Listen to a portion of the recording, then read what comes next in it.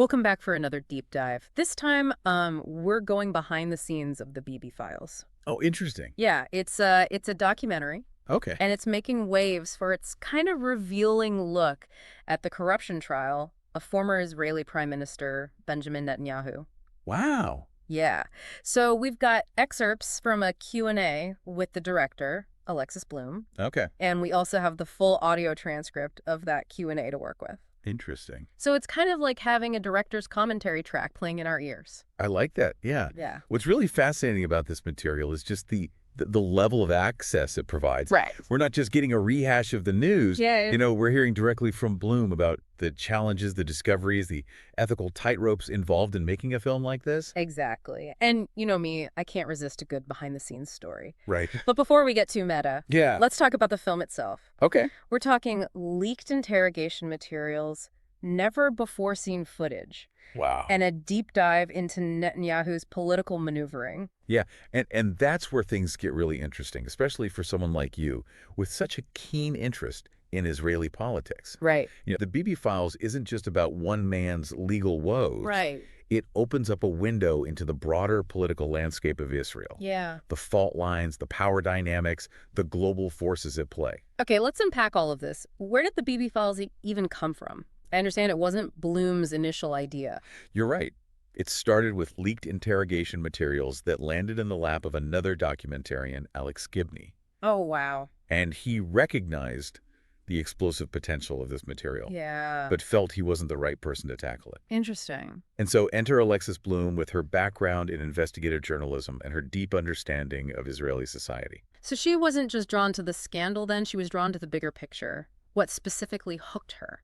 So according to the Q&A, a few things. Mm. First, the geopolitical significance of Israel. Any story centered there automatically has global implications. Right. Then there's the sheer intrigue surrounding Netanyahu, a figure who's been both revered and reviled on the world stage. Absolutely. And then, of course, those leaked materials were like a siren song for any filmmaker, offering a glimpse into the usually hidden machinations of power. Right. It's almost like a political thriller, right? It is. Secret recordings, high-stakes legal battles, a charismatic but controversial leader at the center of it all. Yeah. And like any good thriller, this one came with its share of twists and turns. Okay. Bloom describes the interrogation recordings as hit and miss in terms of quality. Oh. The team, which included expert researcher Raviv Duker, had to piece together a coherent narrative from often incomplete and technically flawed recordings. Oh, wow. Imagine trying to decipher whispers in a crowded room while someone's playing the drums. Right. That was their challenge. Okay, that sounds like a logistical nightmare. Yeah, But I guess that's where the expertise comes in? right. But they got it done, and one of the most talked about aspects of the film is the inclusion of actual interrogation footage. That's pretty rare, right? Absolutely. And Bloom uses it strategically, not for shock value, Okay. but to offer a psychological portrait of Netanyahu under pressure. I see. There's this one scene in particular where he's confronted with recordings of testimony from others involved in the case, including his former close associate, Momo Filber. Wait, Filber, as in the Momo Filber? Yes. The guy who was like Netanyahu's right-hand man for years? Exactly. What happens? Spill the tea. Well, Bloom describes this scene as a turning point in the film. Okay.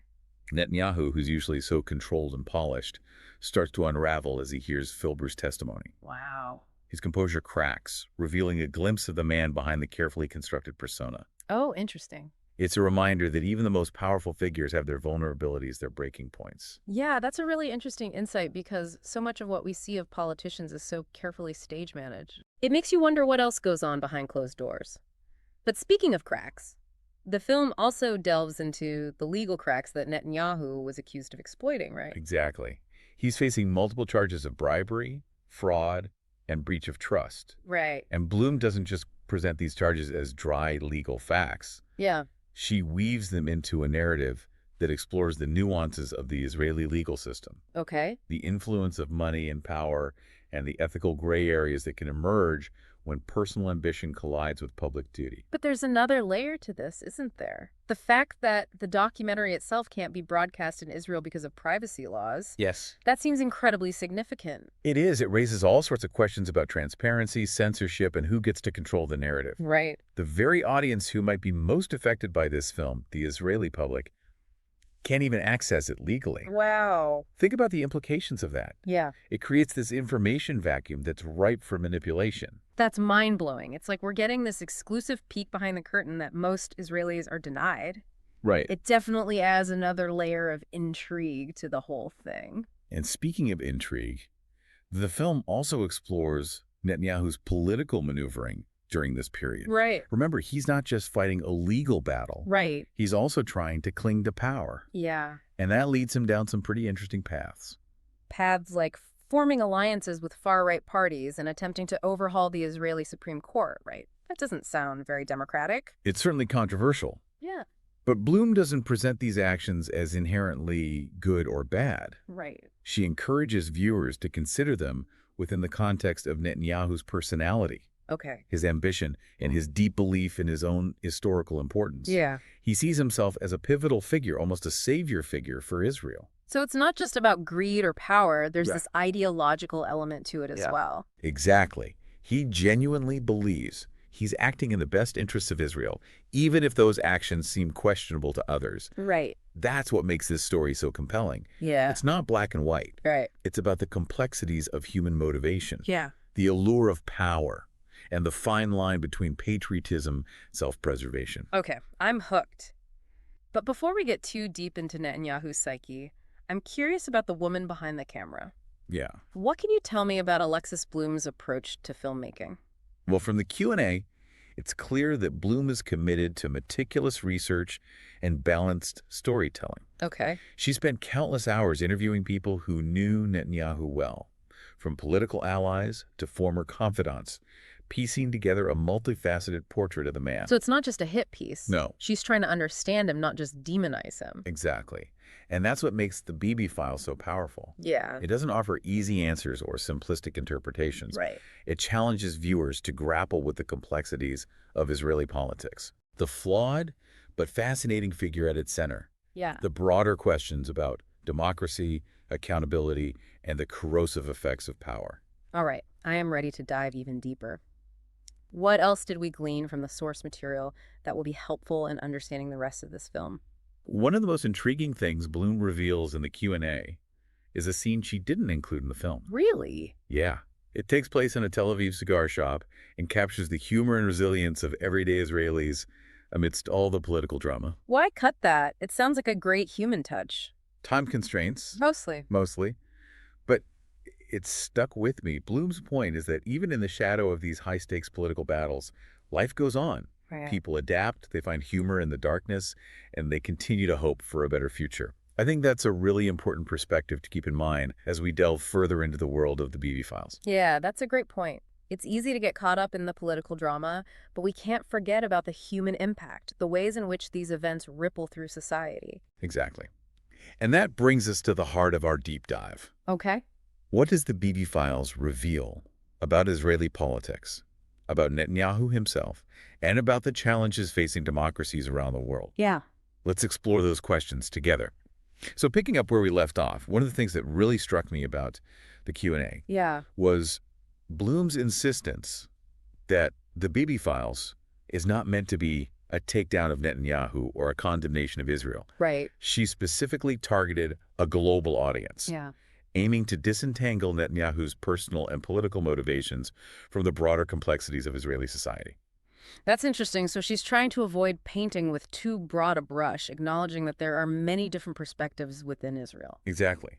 Bloom emphasizes that while Netanyahu might be a dominant figure, his actions and beliefs don't necessarily reflect the views of all Israelis. Right. In fact, the documentary highlights the robust opposition movement that has emerged in response to Netanyahu's policies, Yeah. a movement that includes people from all walks of life and across the political spectrum. And that opposition wasn't just a few disgruntled voices, right? Mhm. We're talking about large-scale protests, critical journalism, legal challenges, Right. a real groundswell of dissent. Precisely. And the Bibi files provides a platform for some of those voices, Okay. allowing them to articulate their concerns and perspectives. Yeah. We hear from journalists who've been investigating Netanyahu for years, Right. legal experts who are challenging his actions in court, and ordinary citizens who are taking to the streets to demand accountability. So the film itself becomes a kind of act of resistance, pushing back against attempts to silence dissent and control the narrative. That's a great observation. Yeah.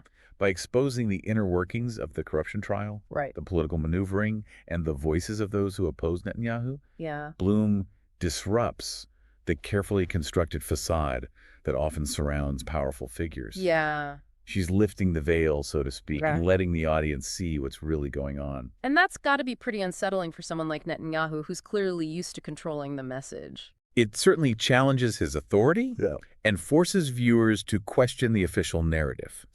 It also prompts deeper exploration. Okay. The Bibi Files isn't about spoon-feeding answers. Right. It's about asking tough questions and equipping viewers with the knowledge to draw their own conclusions. Bloom makes it clear in the Q&A that the Bibi Files is meant to be informative, not persuasive. Right. She wants to present the facts, the complexities, the contradictions, Yeah. and allow the audience to form their own opinions. And that approach, in my view, is one of the film's greatest strengths. Yeah. It avoids the trap of partisan bias or sensationalism, Right. opting instead for a measured analytical approach that lets the evidence speak for itself. Okay, so she's not trying to tell us what to think, but she is trying to help us understand the man at the center of it all, Right. what emerges from her portrayal of Netanyahu. Well, what's fascinating is that while the film exposes Netanyahu's alleged wrongdoing, Yeah. it also attempts to understand him as a complex individual, driven by a particular set of motivations and beliefs. Right. She dives into his background, his psychology, his worldview, Yeah.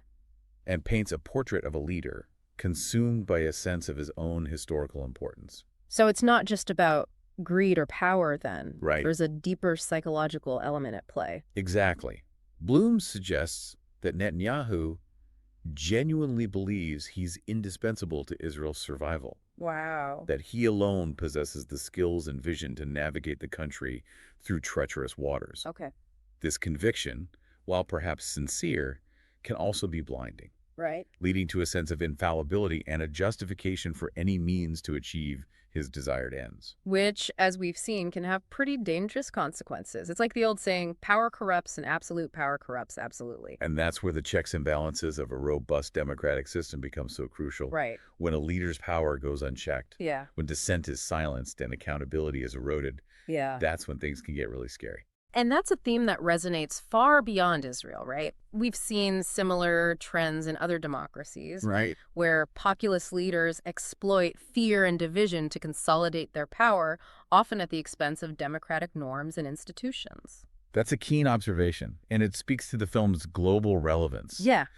The Bibi Files serves as a cautionary tale, Okay. a reminder that the erosion of democracy can happen gradually, Right. almost imperceptibly, Yeah. until it's too late. Bloom definitely seems to be urging viewers to be vigilant, to recognize the warning signs, Right. and to actively defend democratic principles. Exactly. But before we get too doom and gloom, Yeah. you mentioned that the Q&A also featured some really insightful questions from the audience. You did. What were some of the things that people were curious about? Well, one recurring theme was concern for Alexis Bloom's safety. Oh, really? Given the sensitive nature of the film and the potential backlash from Netanyahu's supporters, people were curious about whether she faced any threats or intimidation during the filmmaking process. That's a fair question. This isn't exactly a lighthearted rom-com. Right. There are powerful people who might not be thrilled with how they're portrayed. Right. What did Bloom have to say about that? Well, she acknowledged the potential risks, but emphasized that she took precautions to protect herself and her team. Okay. The project was kept under wraps for a long time. Yeah. They worked discreetly to gather information and conduct interviews, Okay. and they were mindful of the security concerns throughout the process. It sounds like she was walking a tightrope, trying to expose the truth without putting herself or others in unnecessary danger. That takes a certain level of courage, wouldn't you say? Absolutely. Yeah. And that courage is evident throughout the film. Yeah. She doesn't shy away from asking tough questions, challenging assumptions, and presenting a balanced but unflinching view of Netanyahu and his actions. Yeah. She clearly believes that the story is important enough to risk potential discomfort or even danger. Another question that came up, and this one really surprised me, Yeah. was why the film wasn't being broadcast in Israel. Right. You'd think the people most directly affected by the story would be the ones most eager to see it. It's ironic, isn't it? Yeah. But Bloom explained that this decision was primarily driven by legal constraints. Okay. Israeli privacy laws are quite strict, Right. particularly when it comes to broadcasting police interrogations without the consent of those involved. Oh, I see. It's a fascinating contrast to the legal landscape in the United States, Okay. where the First Amendment provides much broader protections for freedom of speech and the press. So even though the Bibi Files focuses on Israeli politics, it's bound by a different set of rules than a similar film made in the U.S. Precisely. And that raises all sorts of questions about the balance between privacy rights and the public's right to know, especially when it comes to issues of corruption and abuse of power. It's a bit frustrating, though, isn't it? It is. The very people who might benefit most from seeing this film, from understanding the complexities of what's happening in their own country, are the ones who are denied access. It highlights the importance of reaching a wider audience, of Right. ensuring that this story transcends national borders and sparks global conversation. Right. It's not just an Israeli story. Yeah. It's a story that speaks to the challenges facing democracies all over the world. Bloom seems to be suggesting that the Bibi Files is a cautionary tale, Right. a wake-up call for anyone who cares about democratic values and the dangers of unchecked power. That's a great way to put it. Hmm. But beyond those broad themes, Yeah. the audience also had a lot of questions about the nitty-gritty details of the filmmaking process. Oh, interesting. The choices Bloom made in shaping the narrative Yeah. and the material that ended up on the cutting room floor. Oh, the stuff that didn't make the final cut. There's always something so intriguing about those behind-the-scenes glimpses. For sure. People were fascinated by the idea of these hidden gems. Yeah. These compelling anecdotes or revealing interviews that, for whatever reason, couldn't be squeezed into the film's 2-hour runtime. And it must be tough for a filmmaker to make those choices, right? It is. Knowing that every decision, every inclusion or exclusion Right. shapes the audience's understanding of the story. Absolutely. Bloom spoke candidly about the agonizing process of deciding what to keep and what to cut, Yeah. acknowledging that there were many fascinating threads she had to sacrifice for the sake of clarity and focus. Do you remember any specific examples that she mentioned? She talked about a particularly insightful scene featuring Momo Filber Oh, really? that ultimately ended up on the cutting room floor. Interesting. Apparently, there was a moment where he reflected on his relationship with Netanyahu, Okay. expressing a mix of loyalty and disillusionment that was incredibly powerful. Wow. But it just didn't quite fit with the overall arc of the film. Filber again, it seems like he's a key figure in this whole saga. He is. Someone who is both deeply loyal to Netanyahu and ultimately betrayed by him. Right. It's a shame that some of his testimony had to be cut, but I can understand the need for editorial restraint. And it wasn't just about individual scenes. Okay. Bloom also talked about the challenges of presenting complex information Right. in a way that would be accessible to a global audience. Yeah. For example, the Bezek Yes deal, a major component of the corruption case, Right. involved intricate financial transactions and regulatory loopholes Yeah. that were difficult to explain concisely without losing the audience in the weeds. Yeah, I can imagine that's a tough one. You're trying to balance accuracy with clarity, knowing that if you get too logged down in the details, you risk losing the audience's attention. Exactly. And Bloom also mentioned having to scale back the material on Arnon Milchan, Okay. the Hollywood producer who was allegedly involved in providing gifts and favors to Netanyahu. Right. She had a wealth of material on Milchan, Yeah. but ultimately decided to streamline his role in the film Right. to maintain focus on the core allegations against Netanyahu. Milchan. Now that's a name that even I recognize. It's fascinating to see how those worlds collide, the glitz and glamour of Hollywood intersecting with the murky world of international politics. It's a reminder that these stories rarely fit neatly into boxes. Right. They weave together threads of finance, entertainment, diplomacy, personal ambition, Yeah. and it's a testament to Bloom's skill as a filmmaker that she's able to navigate those complexities Right. and craft a narrative that's both informative and engaging. But even with all the material she managed to include, Yeah. there's always that lingering sense of what got left behind. Right. Those untold stories, those fascinating tangents, those moments of raw emotion that didn't quite make the final cut. Right. It makes you wonder if there's enough material for a sequel.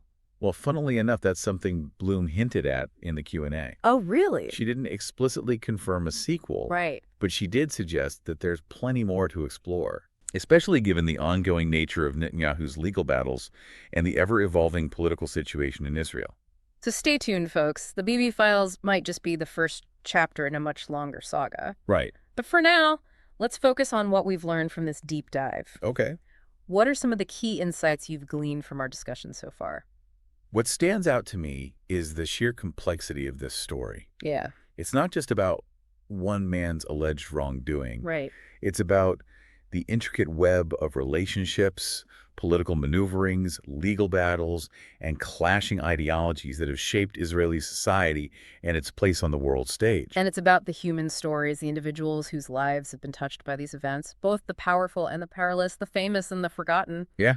It's a reminder that behind every political scandal, behind every legal battle, behind every headline, there are real people with hopes, dreams, fears, and aspirations. Absolutely. And I think that's one of the things that the Bibi Files does so well. It humanizes the story, reminding us that even the most powerful figures are ultimately human beings, Right. flawed, ambitious, and susceptible to the same temptations and weaknesses as the rest of us. And that's a powerful message, especially in an era where political discourse is so often dominated by simplistic narratives and partisan divides. It is. The Bibi Files challenges us to move beyond those easy answers, to embrace nuance, and to grapple with the complexities of the world around us.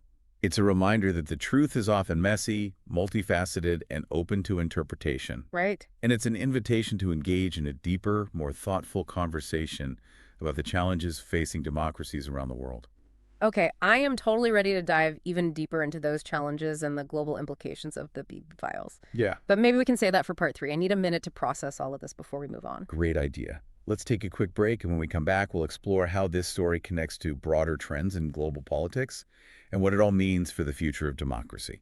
Okay, so, I'm back, and I'm ready to tackle those global implications of the Bibi Files. Okay. We've talked about Israeli politics and the legal battles and the personal motivations. Right. It's a lot to unpack, but one thing that keeps coming up for me is this connection between Netanyahu and former U.S. President Donald Trump. Yeah. Bloom definitely seems to be drawing some parallels there. Absolutely, you're right. That connection is woven throughout the film. Yeah. And it's particularly striking when you consider how different these two men are on the surface. Right. Netanyahu, the seasoned statesman, Right. a product of the Israeli political elite, Yeah. and Trump, the brash outsider, Yeah. real estate mogul turned reality TV star. Right. Despite their vastly different backgrounds, they found common ground in their approach to power. Yeah. Their populist rhetoric and their willingness to challenge democratic norms. Exactly. And Bloom's film doesn't just point out these similarities. Right. It actually traces the connections between their actions and policies, showing how events in one country often had repercussions in the other. Interesting. For example, she highlights Trump's decision to move the U.S. Embassy to Jerusalem, Right. a move that was widely seen as a major political victory for Netanyahu. Right. But it also ignited tensions in the region Yeah. and emboldened hardline elements within Israeli society. So it's not just about their personal relationship then. Right. It's about the way their policies intertwined Yeah. and how those decisions played out on a global stage. Yeah. It makes you wonder if they were consciously coordinating or if it was more of a case of, two birds of a feather flocking together. That's a fascinating question. And Bloom doesn't offer a definitive answer. Right. But she does suggest that there's a certain synergy between Trump and Netanyahu, Yeah. a mutual admiration, Yeah. and a shared understanding of how to wield power in the age of social media and political polarization. And that brings us to the broader point that Bloom is making with the Bibi Files. Right. This isn't just about Netanyahu or Israel. It's about a global trend toward populism, Yeah. authoritarianism, and the erosion of democratic values. Precisely. Yeah. She argues that what we're seeing in Israel is a microcosm of what's happening in many other parts of the world, Yeah. from the United States to Brazil to Hungary. It's a wake-up call, right? It is. A reminder that democracy is fragile Yes. and that we can't take our freedoms for granted. we can't. It's kind of a scary thought, isn't it? It is. That these trends, we're seeing the rise of misinformation, Yeah. the attacks on the free press, Right. the erosion of trust in institutions. It's not just a passing phase. Right. It's a fundamental shift in the way power is being exercised and challenged in the 21st century. It's definitely a cause for concern, and Bloom doesn't shy away from highlighting the potential dangers. Right. But she also offers a glimmer of hope. Okay. She suggests that by understanding the tactics and strategies of populist leaders, Yeah. by recognizing the patterns of democratic backsliding, we can be better equipped to resist those forces Yeah. and to defend the values that underpin free and open societies. So it's not all doom and gloom then. There's still a chance to turn the tide, There to is. reclaim the narrative, to Yeah, push back against these trends. absolutely. But it requires vigilance, Yeah. engagement, Yeah. and a willingness to challenge the status quo. Yeah. Yeah. We can't just sit back and hope for the best. No, we can't. We need to be informed, Yes. to be critical of the information we consume, Right. and to be active participants in shaping the future of our democracies. That sounds like a call to action. It is. And I think it's one that resonates deeply with the spirit of the deep dive. I agree. We're all about empowering our listeners with knowledge, Yeah. insights, Yeah. the tools they need to navigate a complex and ever-changing world. Exactly. And the Bibi Files is a perfect example of how a single documentary can spark a much larger conversation. Yeah. A conversation about power, accountability, the future of democracy, and the role we all play in shaping that future. Right. So as we wrap up our deep dive into the Bibi Files, let's bring it back to our listener. What do you take away from this? Right. What resonates with you? And most importantly, what are you going to do with this knowledge? I think the key takeaway is that we can't be passive observers. Right. We have to be active participants in defending the values and institutions that we hold dear. Yeah. We have to be willing to challenge those in power, to hold them accountable, Right. and to demand transparency. And that doesn't just apply to, those living in Israel. No, it doesn't. It's relevant to all of us, regardless of where we live or what our political beliefs are. Exactly. The challenges facing Israeli democracy are not unique to Israel. Right. They're part of a global pattern, and the lessons we learn from the Bibi Files can be applied to our own communities, Yeah. our own countries, and our own efforts to create a more just and equitable world. So keep those lessons in mind and keep asking questions and keep pushing for a better future.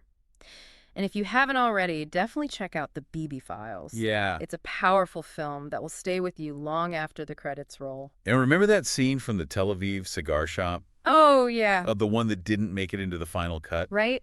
It's a reminder that even amidst the political turmoil, amidst the legal battles, amidst the clashing ideologies, there's still hope. Yeah. There's still resilience, and there's still a belief in the possibility of a brighter future. Yeah.